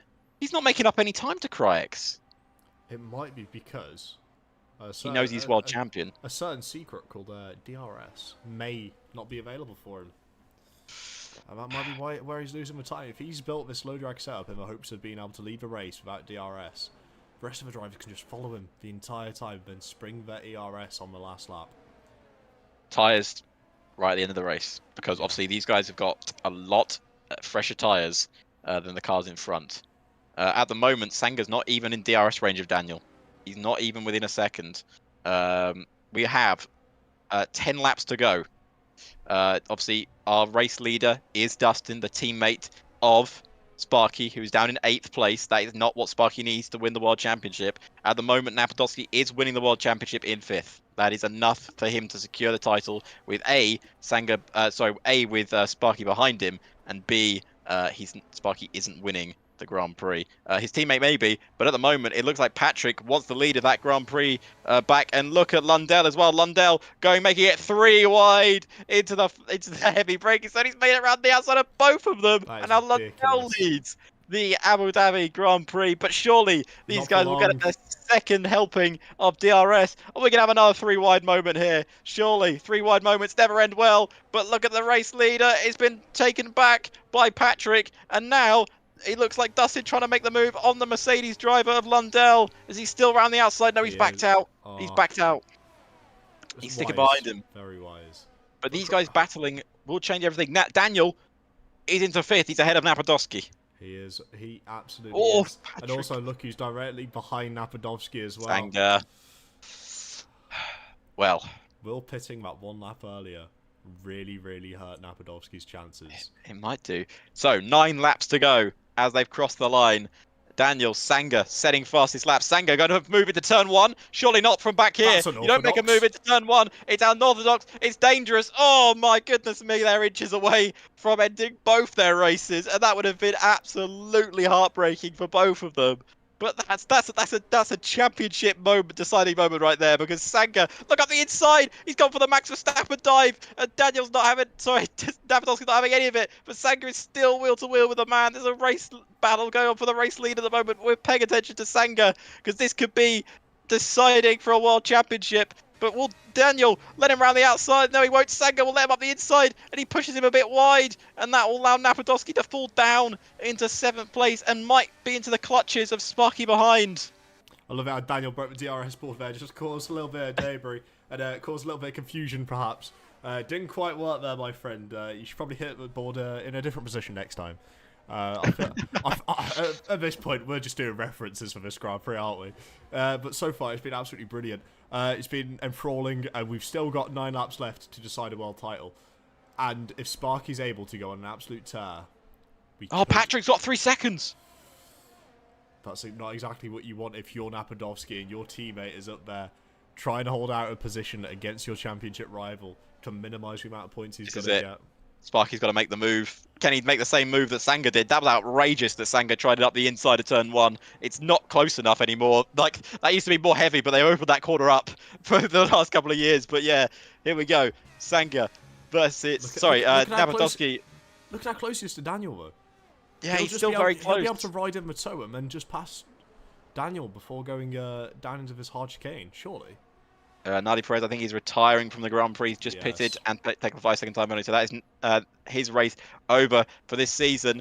We're down the main straight here. Look how close Sparky is. He's dumping that battery to try and even keep up with Napadovsky. Napadovsky breaks late, but he's not going to have the best exit out in the corner because he went really late into the corner, but he's still got a great toe because of how much straight line speed that car has. And look how quickly he can pull away from the man in front, and he's already halfway across the straight. Daniel trying to defend him as best he can. There's nothing Daniel can do. Can he dive up the inside of Sanga? No, he can't. Daniel's still there on the outside. They go wheel to wheel still. These two not giving an inch here. They still battle, and I think Napadovsky's backed out to live another day because he knows that any little touch could end a championship challenge. Oh dear, that's Nadi's Aston Martin in Sector 1. It's called back out of the pits. Yeah, it's not going to cause a safety car, hopefully. It better not. We've had enough that could safety change cars everything. for the last 3 laps around here, haven't we? Look at the grid. Look outrageous. at the grid. There is P9 to P. There's basically the entire grid minus Danico, who obviously had that little incident on the opening lap and has not really recovered from it. But there we go. P1 to P9, separated by what is that? Almost a second, maybe 2, between the entire grid. Ladies and gentlemen, if you wanted an advertisement for the reason why you should race here at PSGL, is because you can have week in, week out races like these drivers here. Look at the gaps. There's literally nothing between them. It's just a big DRS train at this point, and it's absolutely brilliant to be a part of it. It's brilliant to watch. It's brilliant to commentate on. So come along, join the PSGL Discord, and give yourself a crack. Who knows? You could be trying to fight for a championship similar to Napadovsky and Sparky at the minute. But as it stands, Napadovsky's still going to be walking away with the F6 championship. Yeah, we've got moves going up through the grid. Sanga's making moves. Patrick's dropping down the order. Those tyres have gone. Patrick's tyres, 9 laps old. They could be absolutely dead here. And look at Sanga. Sanga trying to make the move up the inside. He's going to go around the outside of Kraix, who's made his way up into 3rd. Not on this occasion. These tyres, the more they get worn, the more these guys on 4-lap old tyres will be benefiting from them. At the moment, it looks like Sparky's still not making any progress on Napadovsky. When it was the point where you say, I'm just going to send it down the inside. Lap 29, surely. Because worst thing you want to do is make contact and end up ruining your championship rival. As Daniel looks to be making a move as well. Patrick's tyres are just gone. Into turn 1. And he's still wheel to wheel. Napadovsky coming down here as well. Oh, it always does. Is this the Max Verstappen move we've been waiting for this Red Bull to pull off for the last couple laps? Or is Patrick going to be a great teammate and let his teammate through and hold up Sparky a little bit? He tried to open the wheel. Didn't quite work. They won't do it, but look at the slipstream he's got. Is he going to go back? He's not going to go past his teammate, surely. Don't do it. Don't dive back down your teammate. Patrick, don't do it, mate. But Sparky's there. Oh, Sparky's so late on the brakes. He's trying to go around the outside. Oh, he's been damaged. There might be damage there. They're still wheel to wheel. And surely Napadovsky might have to give that one up. And Napadovsky down to 7th. And that was almost carnage there between the two championship protagonists. And they're still battle wheel to wheel. Napadovsky trying to go around the outside. He's got no ERS left. Look at that light flashing on the car. This and is he's down exactly what Sparky needs. This could have blown the championship wide open if Daniel's tyres start going off at a similar rate to what the tyres in front have. This one lap younger tyres could very well be the reason why Sparky could be in with a shot here at this World Championship. We see Sanya make his way through the field. He's already right on the back of Lundell for the race win. But there's a bigger story at play here. There's a bigger title than just the Abu Dhabi Championship winner. It would be the Season 34 F6 World Champion. And at the minute, still Napadovsky, but it's definitely looking like it's going to be swings and roundabouts from here on out for Sparky. He needs to get past these drivers, and he needs to do it quickly. Yep, he needs to make moves pretty much every lap now. Lap 24 off 29. We haven't got that many opportunities to make moves, to make moments in this championship. He'll know the moments he needs. He needs the race win. But there goes man in the race win is Sanger. Sanger takes the lead off of Lundell. Lundell looking to try and fight that one back, and he can't. Napadowski not really having the pace at the moment, but luckily for him, the two cars behind him both have 3-second time penalties, which means he won't lose any more positions. What's going on here? Krax is now being attacked by Daniel, while he's also being attacked by Sparky. Can he make the 3-wide moment happen? The championship surely has to come up, but he makes the dive. He's up in front of Krax too, and Krax's tyres may have also dropped off, which isn't good either for Sparky, because it will mean Napadowski has a chance to get past the Aston Martin, and he just needs 6th or better. I know it is. It's a very, very tough one for Sparky in this position, because you want to defend from your championship rival. Sanger! Goodness me! Sanger, man, it's not Tokyo Drift. You got to calm it a little. My word. Oh, Napadowski looking for moves everywhere. He's really panicking now. Surely he must be thinking, but Krax look at those tyres. Well. Krax is also really struggling. Sanger's struggling as well. Everyone's struggling. 12 laps for Dustin as well. When he gets caught by Dustin, obviously he'll let his teammate pass, I'm sure of it. Krax will be hoping he can hold up Napadowski, but I don't think he will be able to, because those tyres are absolutely shot. Napadowski just needs one more position, and I think he could be world champion. He's got a bit wide though, and it's allowed Nowicki to dive up the inside. 3 seconds for Nowicki though.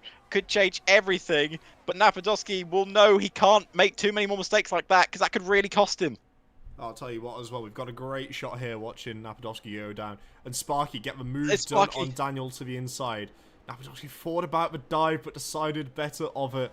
He knows there's a lot more to play, and as long as he buys his time, the driver's in front with the bad conditioned tyres are slowly going to get railed into him. As at this point, if you're Sparky, are you begging Dustin over the He's done it already. Headset? Are you begging him? Just to, you know, let Daniel pass, let Krax pass, let Nowicki pass, and just really try and hold up Napadowski, because I would be, wholeheartedly. But 12 lap old tyres, it won't be enough. But at the moment, it's not enough for Sparky either. 30 is not good enough. That's not world champion. He needs the win. And he's still 2 positions off of that victory, with a man currently leading, Sanger, who looks to be in charge of this Grand Prix at the moment. Napadowski will be relatively calm, because he knows that that's not happening at the moment, and he has at least P7. But is that enough for him if he gets into the lead? Alex, I'm going to need you to pull up the PSGL point system so we can get some mental calculations done, because I'm not good at mental calculations. I believe if Napadowski finishes 7th, Sparky might not even need to win the race. I think he can just finish 2nd. And I believe at that point it would go down to wins throughout the season, which Sparky would win. Goodness me. Goodness me, if that is correct. Get it up. I won't be able to do the points. I'm bad at points. Do it. It's 10. You gotta count the difference between 10 numbers, mate. Come on. I'd love to, but it would pause the game, and I don't really want to pause anything here, because it's been absolutely electrifying the entire race. As we see... you know where to find those. On the constructor standings over on the Discord, which if you're not a part of, you can join in the description. Go and have a look. He's after the 7th. He's back up in front. He is. He made a little move on Nowicki, and Patrick's also looking very hungry behind Nowicki to try and get a move done. But they're not the only drivers which are looking hungry. Look at this battle for first. It's boiling up. Any time penalty could blow this out of the water. I know. Any little 3-seconder could literally change a race in an instant. If Napadowski gets 3 seconds, that could be a title over. And obviously, if Sparky gets it, then that is a title over. But look how well Dustin is holding up this field. I know. He's backed up 1.9 seconds. He is holding. This is the Dustin train. We've seen the Truly train. This is the Dustin train right here. And he's holding up everyone so well. You got to think as well, if Dustin keeps backing him up, he's just backing him up for Napadowski at that point, surely. Oh, it's a very, very tough one. It's a tough decision, but look how close Sparky is as well. Sparky's closing in on Lundell. Oh, is that a bit of a move under braking there? Krax has made the move. He's up the move, but look at that. There's Napadowski trying around the outside, and he's going to get pushed as far wide as he can as Daniel looks to hold on for P6. Sparky will be praying that he can, and he might have done it on this occasion, but there is Dustin down the inside. But look at Daniel down the inside as well, and Daniel's pulled in front, and he's in front of both of them. And at the moment now, it's now the one you wanted. It's Dustin, who's now in front of Napadowski, and he surely has to do everything he can to hold the Alpine driver. But he hasn't got enough. He hasn't got enough ERS, and he's moved to the left. He's tried to defend him, but he's not there. And at the moment, it's Napadovsky who's up into. He's still in 7th though. He hasn't made enough positions. Nowicki's got it. Nowicki's got 3 seconds though. But all Nowicki has to do is fight. He's still battling around the outside. They're still wheel to wheel. How has he kept that around the outside? That's not possible. It's not possible to keep it around the outside there. Oh, who's round? It's Crix round. Oh, that changes everything again. Is that Crix and Patrick? I think Patrick's round 2. That could change the title race because it puts Napadovsky in 6th place. And Dustin has to overtake Napadovsky. It's a very, very tough ask with medium tyres, which are 4 laps older as well. But at the moment, if Napadovsky stays in 6th, which he won't because of Nowicki's time penalty, but Dustin has to make the move stick, but if not, I think we have to have a race winner decided, and Sparky has to be the one that wins it. Yeah. Could fastest lap come into play as well? Potentially, but I don't necessarily think either of the drivers are in a position with their tyres at this point to be able to make it. But Patrick is. Patrick's pitted, and he could take fastest lap. Oh no. We've seen the Alpines clash heads a few times across the longevity of the season. Race lead. We're on to the penultimate lap of the race. There's race battles going all across the field, and it's Sanger trying to go around the outside of Lundell, who's taken the lead of the Grand Prix. Nowicki's up into 4th, and Daniel's down into 5th now. And Napadovsky is only in 6th, but that is all he needs for the World Championship with where Sparky is right now. Sparky cannot win the world title from this position. He's got to make 2 places in what Sanya's got a 3-second time penalty, and that changes it again because all Sparky needs now is 1 position. He just needs the lead. He needs to get past Sanger. Oh, Dustin's got 3 seconds too, though. This is getting out of hand. My maths is not good enough to be jumping 3 seconds between every single interval, every single moment in time. But as it stands, he gets 6 seconds. Oh dear, as it stands, Napadovsky will be the World Drivers' Champion, but Daniel's doing everything in his power to continue this race and give it a go.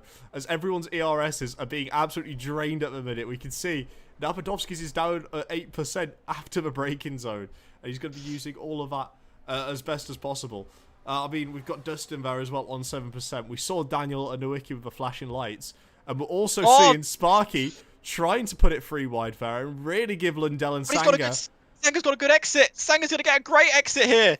And this surely now has to be Sparky's chance. He's got to use the double slipstream. He can make it 3 wide. He needs 1 position. And it's just a position on the Mercedes driver. Because if he gets past him, the race lead is his. But he can't make it past the Mercedes driver. We're into the final couple of corners. Sparky, if you've got to send it now. He's up the inside. And he sent it from so far back. He's ahead of the Mercedes man. But for how long? Funnels it back. Lundell has to try and defend. Sparky round the outside. He's round. No. Lundell's round. And that could change it again. But as Sanger will cross the line as your winner of the Abu Dhabi Grand Prix, Sparky will cross the line to actually win it.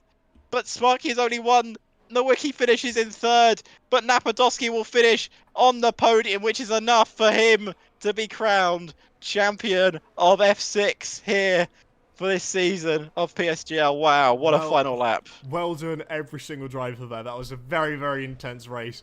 Well done for keeping it as clean as possible, but my word, that was absolutely brilliant to watch. And congratulations to our World Drivers' Champion here at F6. Napadovsky 13. Otherwise known as Take Away My Pain here today. Put on a stellar performance and showed his class. Coming back through the field after some drivers got a cheeky undercut to take 3rd place and to take the World Drivers' Championship. Daniel picks up driver of the day. I think that's from the back of the grid to where he finished. Was very good result for Daniel. Absolutely. But yeah, your world champion for this season is Napadovsky, if our points counting is correct. There you go, Sanger. It is. I can confirm. Yeah, you can confirm. Sanger may not have celebrated like that in real life. Sanger does win. Sorry, not Sanger. Yeah, Sparky. May have won the final race of the season. And yeah, we can talk about that last lap overtake.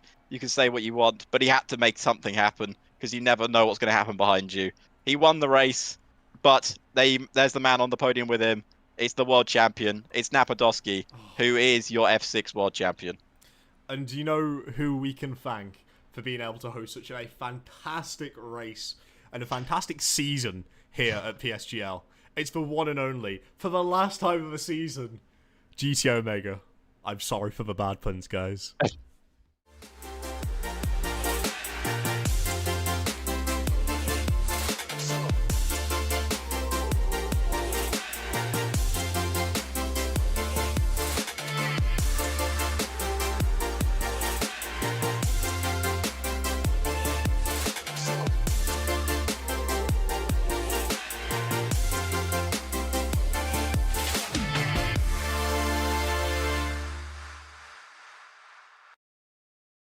And it comes back to us with a slightly different background. Got a little bit of yellow going on to celebrate the championship being decided.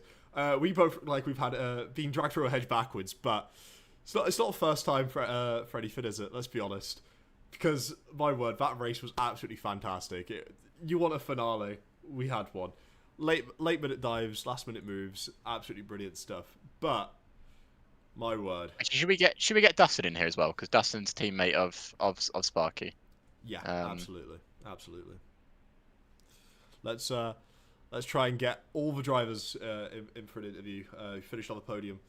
Well, let's go for the teammate Sparky and Dustin first. I feel like that one's going to be the best one to go for. I see Sparky's joined. It's a great start. And Dustin, we'll bring them both in. So Sparky and Dustin, Red Bull teammates, you fought to the end. You are, I will say, I believe, constructors champions for PSGL this season. But of course, Sparky, we know you wanted the world championship, and you did everything you could to win that. We'll get Sanger in as well. Why not? Yeah, go on. Come on, we'll make it a party. We'll get everyone but in. yeah, Sparky, you did everything you could to win that world title, mate. But it just wasn't enough in the end. Napadovsky just doing what he does best and making his way through the field. How you feeling, bro? Feeling a bit annoyed, to be honest, because in terms of result, I did everything I could. I said last week I need to finish first to maximize my chances, and I did that. But unfortunately, Napadovsky made up some positions in the last lap, unfortunately. It hurts. It looked good for a moment when Arian got the penalty, but and I thought I just have to get past Emil Landell. But yeah, it turned around. It didn't look good for a large part of the race. Then it looked good for a short window, and then it looked bad again. But yeah, I think both of us could have pulled away, Dustin and myself, because we both were on course for a pole position lap, but we both invalidated in the last sector. We would have been 1-2. Yeah. So we probably would have started on the mediums and tried to escape, because the pace in the first stint was we all got held up. It was so slow. It was like a second off. Yeah, it was crazy that last lap. But yeah, so the last lap, of course, let's mention the last lap quickly, because you obviously knew you had to get past at least Lundell to get the lead of the race. But you got to go for the move. I personally think it was a good attempt of an overtake down the inside in the final sector, which is always a bit tricky. But you did it. You got up into second and you won the race, as you said. Dustin, yeah, you did everything you could for your teammate there, mate. Like, did everything and more, I must say. When he got past you, when he was chasing the top three, you held them back on very old medium tyres, I must say, because I'm aware of how much Abu Dhabi eats up your tyres. So how was that really? How was that for you? Because obviously I know you want to help Sparky win. You did everything you could, but it just wasn't enough in the end. But it's not on you. So I think it worked out pretty well, because I pulled out my inner Checo Perez when we saw. Yeah, you did. Yeah, I dropped like 2 seconds in the last sector to hold up everyone behind me, because I saw Napadovsky was in the last position of the train, and I thought, okay, so Sparky, you can do it. Give him the 2 seconds gap he needs to don't have the DRS train behind him, because we all know what can happen if you have a DRS train behind you. And yeah, I really wanted to hold up Napadovsky. I know it's pretty unfair, but Sparky is a really, really good mate, and I just wanted him to win a championship. I know what it feels like to win the championship. like 2 seasons ago or 3. I won in PSGL on PlayStation, and it was awesome. And I wanted Sparky to have that feeling as well. And yeah. It was unfortunate, but you say it was unfair. Patrick had an ample of opportunities throughout the season to help out Napadovsky. He chose not to, and this race wasn't any different. He didn't help Napadovsky in the slightest. Yeah, he almost cost him that, actually. Exactly. Like, he held him up, and when Sparky got past him, and you got back past him as well, I thought that maybe he'd done it again. But yeah, as you guys said, you are Constructors Champion. I know it's not as much important in PSGL, but it's still important. You guys have worked the best team this year. And, you know, come back next year, and Sparky, you clearly got the pace to be a world champion, mate. And unfortunately, you know, I think we'll look back at that Mexico race is probably the race that it all fell apart for you. But you know, it's not the end of the world. You'll get another chance. There's always next season, and you've got the pace to win it. So, and Napadovsky, he'll be gone next year. Napadovsky will be F5 next year, so you don't have to worry about him. What? Which? No, I'm joking. I don't know where he'll be next year, but I'm sure he won't be. I'm sure he won't be here. You'll be fine. Yeah, very close until the end, so I think we will be in the same tier. But yeah, to be honest, I think I will be too, because my pace was better than my standing was. Yeah, never know. But I mean, all three of you had a fantastic season, and Sanga, my word, the way you dictated the pace at that first stint was absolutely fantastic, mate. No, I was just so slow, man. No. It was dictated on purpose. It was dictated. Yeah, you were. Yeah, wanted to save the tyres, obviously. Yeah. Save tyres, look after them, make sure everyone right window. Go a couple laps longer. Try and capitalise. It was my first laps in Harding, like, ever on this track, so, you know, I didn't know what to do. Yeah. I didn't know the pace or anything. No, I mean, you did enough to keep first for a little bit. Unfortunate with the time penalty. It seems very, very harsh from my point of view, but got to give it again. I'm sure you could ask very, very nicely for an appeal. Yeah, I will be. Yeah, don't blame you. Oh, you're just going to crush Sparky even more. Come on. It's unfortunate. Don't do that. At least Sparky can play with stewards, man. It'll be like 2021 all over again. Exactly. Yeah, there you go. You got an excuse then, Sparky. It's fine. But yeah, we also finally got your name right. After 12 races, we got your name right. Yeah, it only took 12. Well, I mean, it took more than 12 for you, mate. Oh yeah, I know. I said Sanga in qualifying. Yeah. No, that is right. Never. Sanga is right, yeah. Sanga. I was saying Sanya, which isn't right. It's Sanga. Yeah, it's Sanga. Yeah, that's what I meant. It's Swiss or not? Hmm? Like the pronunciation is Swiss or not? I don't know. No, don't think so. I'm not Swiss. Me and Adam aren't Swiss, so. Okay. You race on a Swiss license, but yeah. Just he has a Swiss license, which means I should probably shut up because I'm racing on a New Zealand license, although I'm German. Yeah, you had a different name again as well. You can claim Liam Lawson. His name's Liam. Yeah, he's my favorite driver at the moment, so I'm quite sad that he won't drive.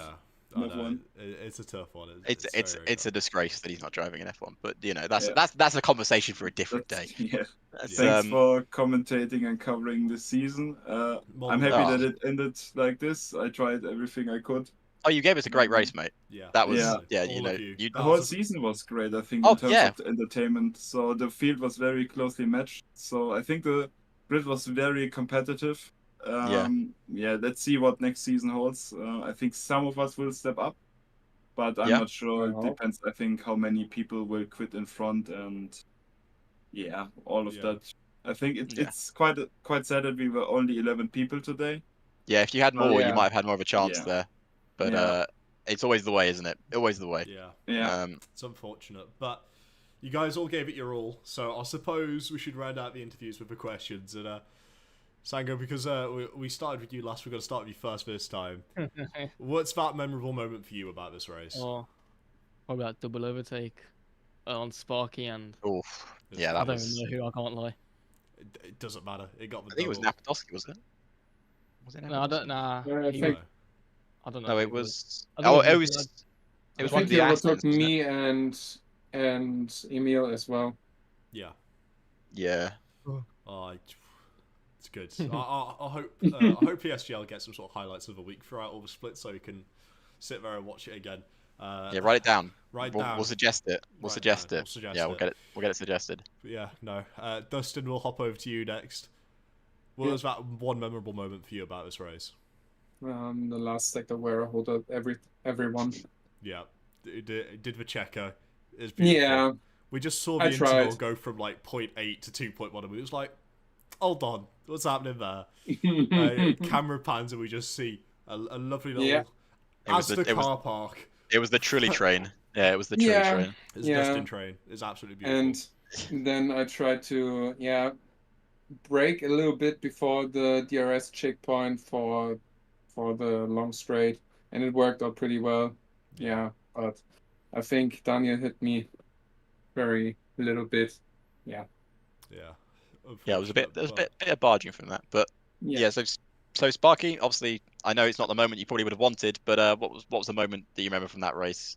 I think going into the last sector, I knew I had to get past Emil. Yeah. So I knew I just had to do it. I had to get my nose in. Otherwise, I would have guaranteedly lost the championship.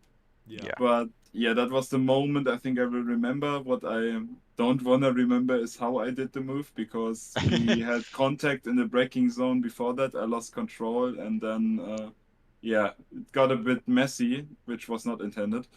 No. But that's the moment. You got to try something.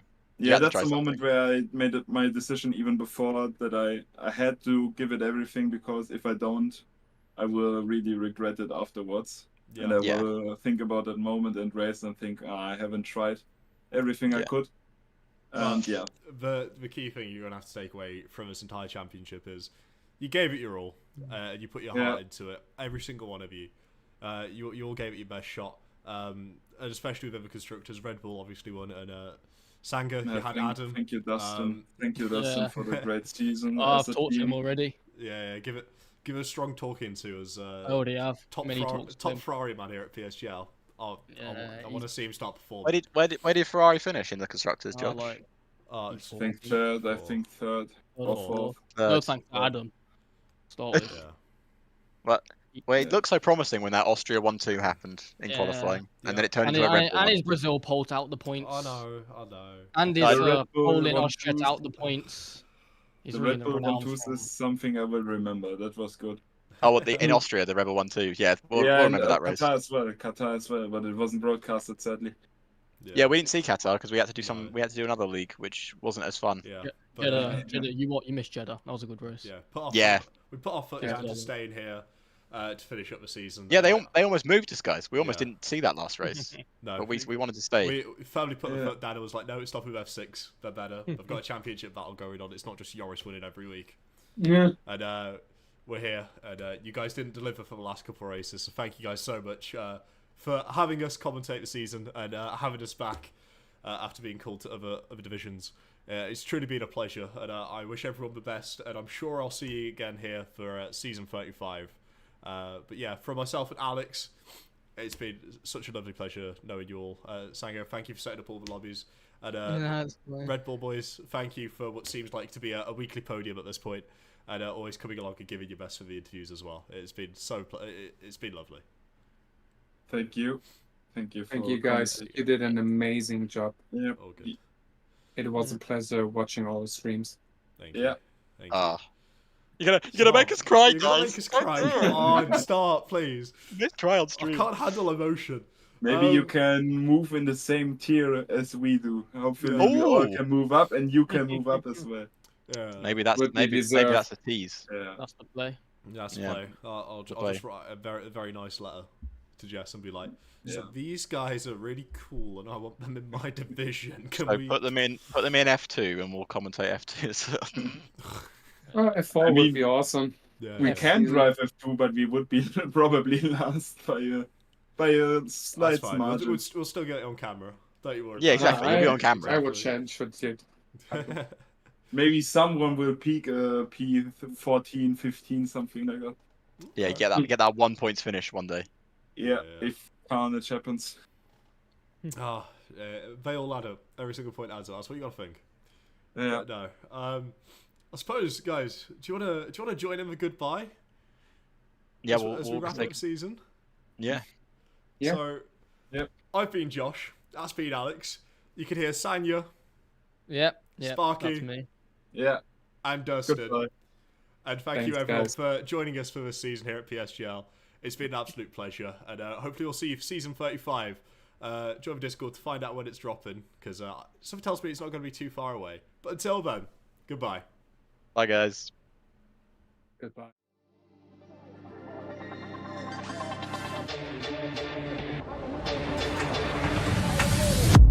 Desperately trying to hang on. He's got the inside. All here is through on the left hand side.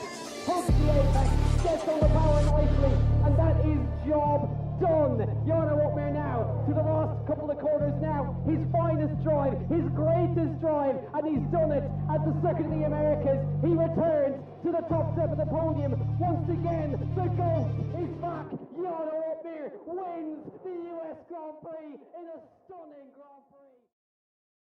What were you playing? They're such lovely guys, honestly. Right? They're lovely. Yeah, lovely. lovely. They're lovely.